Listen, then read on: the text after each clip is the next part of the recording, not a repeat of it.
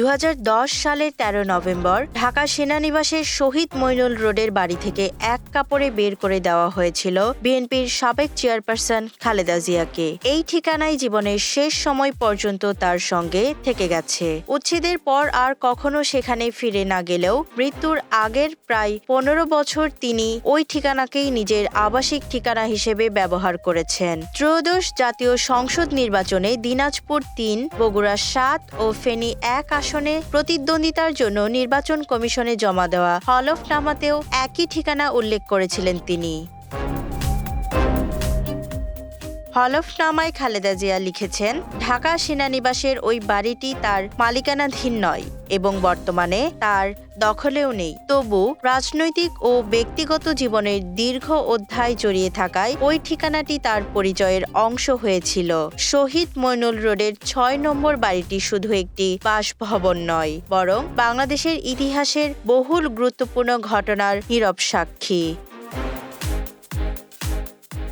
১৯৭২ সালে জিয়াউর রহমান সেনাবাহিনীর উপপ্রধান হিসেবে নিয়োগ পাওয়ার পর এই বাড়িতে বসবাস শুরু করেন। পরবর্তীতে তিনি সেনাপ্রধান ও রাষ্ট্রপতি হলেও স্ত্রী ও সন্তানদের নিয়ে এখানেই ছিলেন। ১৯৭৫ সালে ৩ নভেম্বর বন্দিত্বের সময় এবং ৭ নভেম্বর সিপাহী জনতার ঐতিহাসিক অভ্যুত্থান দেশের রাজনীতির গুরুত্বপূর্ণ এসব অধ্যায় এই বাড়ির আঙিনাতেই ঘটে। ১৯৮১ সালে জিয়াউর রহমানের শাহাদাতের পর জাতীয় সংসদের সিদ্ধান্তে বছরে ১ টাকা খাজনার শর্তে বাড়িটি খালেদা জিয়াকে বরাদ্দ দেওয়া হয়। এরপর প্রায় ৩ দশক ধরে এই বাড়িটি ছিল তার রাজনৈতিক সংগ্রাম, ব্যক্তিগত সুখ দুঃখ ও পারিবারিক জীবনের ঠিকানা।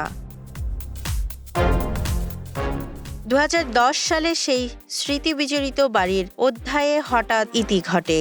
এক নাটকীয় উচ্ছেদ অভিযানে ৩৮ বছরের পরিচিত ঘর ছাড়তে হয় খালেদা জিয়াকে। সেদিন প্রয়োজনীয় জিনিসপত্র নেওয়ারও সুযোগ পাননি তিনি। এক কাপড়ে বাড়ি ছাড়ার সময় তার কান্নায় ভেঙে পড়ার দৃশ্য দেশের মানুষকে গভীরভাবে নাড়া দেয়। পরে ওই বাড়িটি ভেঙে ফেলা হয় এবং বর্তমানে সেখানে সেনানিবাসের কর্মকর্তাদের জন্য ১৪ তলা আবাসিক ভবন দাঁড়িয়ে আছে।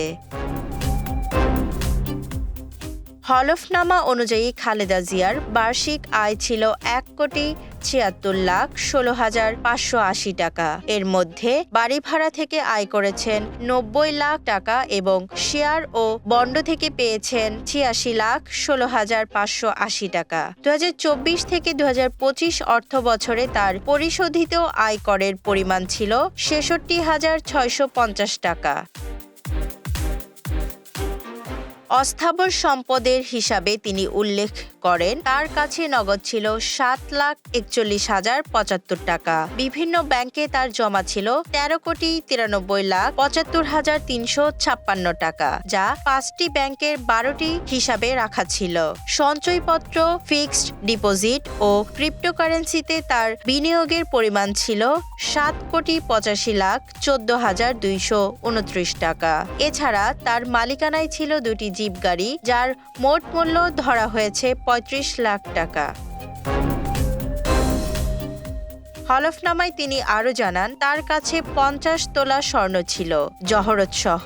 এসব স্বর্ণ উপহার হিসেবে পাওয়ায় তিনি এর আর্থিক মূল্য উল্লেখ করেননি। সব মিলিয়ে তার অস্থাবর সম্পদের মোট মূল্য দেখানো হয়েছে ২২,৯০,৮০,০০০ টাকা।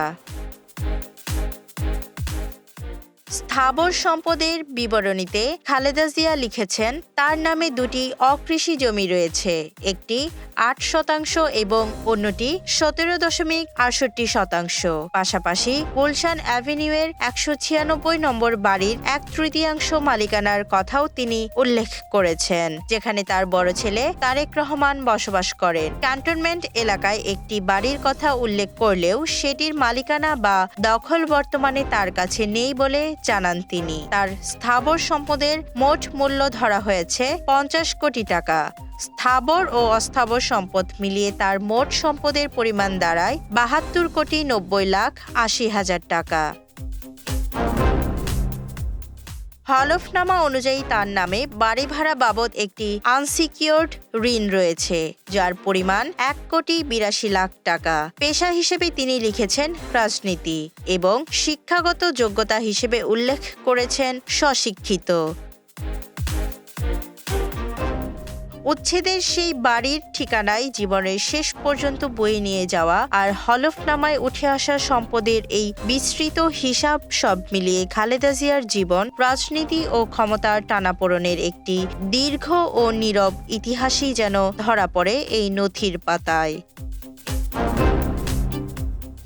Desk report, Dhaka express.